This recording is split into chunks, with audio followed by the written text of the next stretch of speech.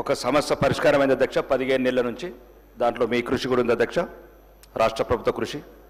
ముఖ్యంగా 15 నెలల నుంచి మీరు, గౌరవనీయ ముఖ్యమంత్రి గారు, రాష్ట్ర ప్రభుత్వము అందరూ టీటీడీ లెటర్ల సమస్య పరిష్కారమైంది అధ్యక్ష. ముఖ్యంగా ఈ టీటీడీ లెటర్ల ఎమ్మెల్యేలందరికీ ఈరోజు చాలా ప్రశాంతంగా ఉంది.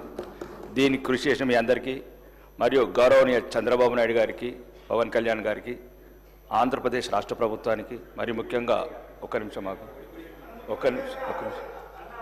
ఇక అధ్యక్ష ఇట్లా నన్ను ఈ రకంగా నేను ప్లెజెంట్ మూడ్లో ప్లెజెంట్గా ఉన్నాను అధ్యక్ష. నేను ప్లెజెంట్గా ఉన్నాను. ఇప్పుడు 15 నెలల నుంచి అధ్యక్ష ప్రతి నియోజకవర్గంలో ప్రతి శాసనసభ్యుడు ఎదుర్కొన్న సమస్య టీటీడీ లెటర్స్. మీరు ప్రత్యేకంగా వెళ్ళి కలిశారు గౌరవనీయ ఆంధ్రప్రదేశ్ ముఖ్యమంత్రి గారిని. ఈరోజు ఆంధ్రప్రదేశ్ ముఖ్యమంత్రి గారు ఈ రోజు నుంచి 24 నుంచి ప్రతి ఎమ్మెల్యేలకు వందల కొద్ది ఫోన్లు వస్తున్నాయి అధ్యక్ష. ఈ గౌరవనీయ ముఖ్యమంత్రి గారు చెప్పాను కదా, మీరు మారరు, మీరు మార్చేట్లేరు. గౌరవనీయ ముఖ్యమంత్రి గారు కూడా చెప్పాను అధ్యక్ష. మీరు గౌరవనీయ ముఖ్యమంత్రి గారు, ముఖ్యంగా ఆంధ్రప్రదేశ్ ముఖ్యమంత్రి నారా చంద్రబాబు నాయుడు గారికి, ఉప ముఖ్యమంత్రి పవన్ కళ్యాణ్ గారికి అండ్ లోకేష్ గారికి, ఆంధ్రప్రదేశ్ ప్రభుత్వానికి ప్రత్యేక ధన్యవాదాలు చెప్తాను అధ్యక్ష. ఇక రెండోది అయిపోయిందన్న, పోయిన సంవత్సరం అధ్యక్ష మాకు సిడిఎఫ్ నిధులు రాలేదు అధ్యక్ష. ఈ సంవత్సరం ఇస్తారా ఇయ్యరా ఒకటి. మూడోది మా ఆర్మూరు ఇక మీరు విమర్శించుకున్నందుకేమో గంటలు వేసుకుంటారు. మీరు ఇంత తిన్నారు, మీరు అంత తిన్నారు. ఒక 4 నిమిషాలు ప్రజల గురించి మాట్లాడితే ఇంత నొప్పి ఎందుకు అవుతుంది? మీరు లక్షల కోట్లు అప్పు చేశారు మీరు అంటారు, మీరేమి ఇప్పుడు గంటల కొద్ది పోతారు. నేనేమన్నా అధ్యక్ష ఇప్పుడు ఒకటి అధ్యక్ష, నేను గౌరవనీయ ముఖ్యమంత్రి గారు మీ ద్వారా చెప్తాను అధ్యక్ష. నాకు మొన్న ఆంధ్రజ్యోతిలో వచ్చింది, అడుక్కుంటారు ఎందుకు లెటర్లు అంటున్నారు అధ్యక్ష. మీరు వెళ్ళి కలిశారు, ముఖ్యమంత్రి గారు వెళ్ళి లెటర్ రాశారు. మళ్ళీ నేను ఒక సమావేశంలో మన దగ్గర వైట్ ఈడ్ ఉంది, ఎందుకు టీడీ లెటర్ అడుక్కోవడం అంటున్నాడు. ఒకటి అధ్యక్ష, ఇది రాష్ట్రాల మధ్య ఒరిస్సా వాళ్ళు మన యాదాద్రి గుట్ట కత్తున్నారు, వేములవాడ వెంకటేశ్వర స్వామి దగ్గర, వేములవాడ రాజరాజేశ్వర స్వామి దగ్గర కత్తున్నారు. ఈ ధర్మము ఈ మతం ఒకరికి సంబంధించింది కాదు అధ్యక్ష. ఈ రాష్ట్ర వాళ్ళు ఆ రాష్ట్రం పోతారు, ఆ రాష్ట్రం ఒకటి. దయచేసి ఇట్లా అన్నారు అనుకో, మళ్ళీ కారం వచ్చినట్లకు ఎందుకు ఇచ్చిన లెటర్లని ఇట్లా దయచేసి ఇట్లాంటి మాటలు మాట్లాడకూడదు. ముఖ్యంగా ఇక 15 నెలలు అయింది అధ్యక్ష. దయచేసి గౌరవనీయ ముఖ్యమంత్రి గారు, మంత్రులు ఆ పదం బంద్ చేయండి అధ్యక్ష. అప్పులు అప్పులు అప్పులు అప్పులు ప్రజలకు అర్థమైపోయింది అధ్యక్ష, రాష్ట్రం అప్పుల పాలైపోయిందని. ప్రతిరోజు ఏ మంత్రి ఏ సమావేశంలో ఉన్నా నిరుత్సాహపడుతున్నారు రాష్ట్ర ప్రజలు. చాలామందికి అర్థమైపోయింది, ఇప్పట్లో కొన్ని రావు.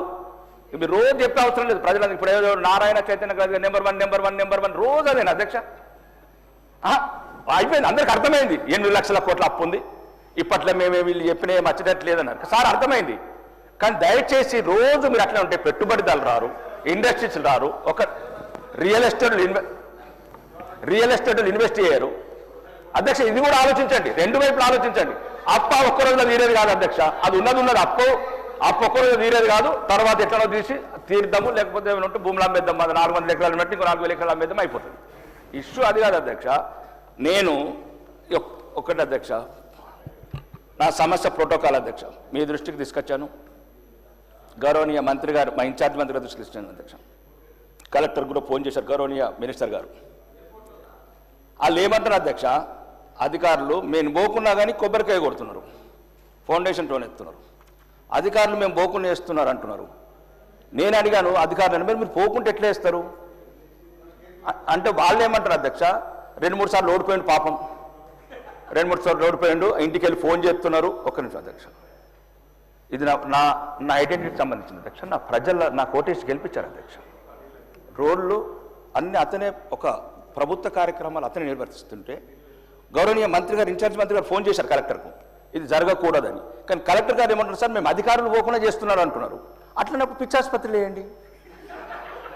మీరు ప్రభుత్వ అధికారులు లేరు, మంత్రి గారు కలెక్టర్ గారు లేపినప్పుడు ఒకరి అధ్యక్ష ఎర్రగడ్డల హాస్పిటల్ ఉంది వేయండి. కాదు 294 మందికి సరిపడా సీట్లు ఉన్నాయి, ఓడిపోయిన వాళ్ళందరినీ కూడా కూర్చొని పెట్టండి అధ్యక్ష. నేనేం చెప్తున్నాను, ఇప్పుడు గౌరవనీయ మంత్రి గారు చెప్తున్నారు, ఒక నిమిషం ఆగండి అన్న శంకరన్న, నేనేమంటున్నా అందరి గురించి చెప్తాను అధ్యక్ష. ఇది ఒకటి. ముఖ్యంగా నా ఆర్మూర్కి అధ్యక్ష, ఉత్తర తెలంగాణలో ఒకటే స్పెషల్ ఎకనామిక్ జోన్ ఉన్నది అధ్యక్ష. ఒకటే నేను చెప్పింది అధ్యక్ష, నేను బతిమిలాడుతున్నాను అధ్యక్ష. మాకు కూడా రక్తం మరుగుతున్నది అధ్యక్ష. ముఖ్యమంత్రి మాకు రక్తం మరగదా? మేము ఊపుకునే రాలేదు ఇక్కడికి. మేము కూడా అడవులకి వచ్చినాం. ఊపుకునే రాలేదు. కూర్చున్న సీటు ముఖ్యమంత్రి గారికి ఒక్కడికి రాలేదు. ముఖ్యమంత్రికి ఒక్కడికి రాలేదు. ఊకొని ఎప్పుడు నేను మాట్లాడుతున్నాం బయట గురించి. నేనేమో అధ్యక్ష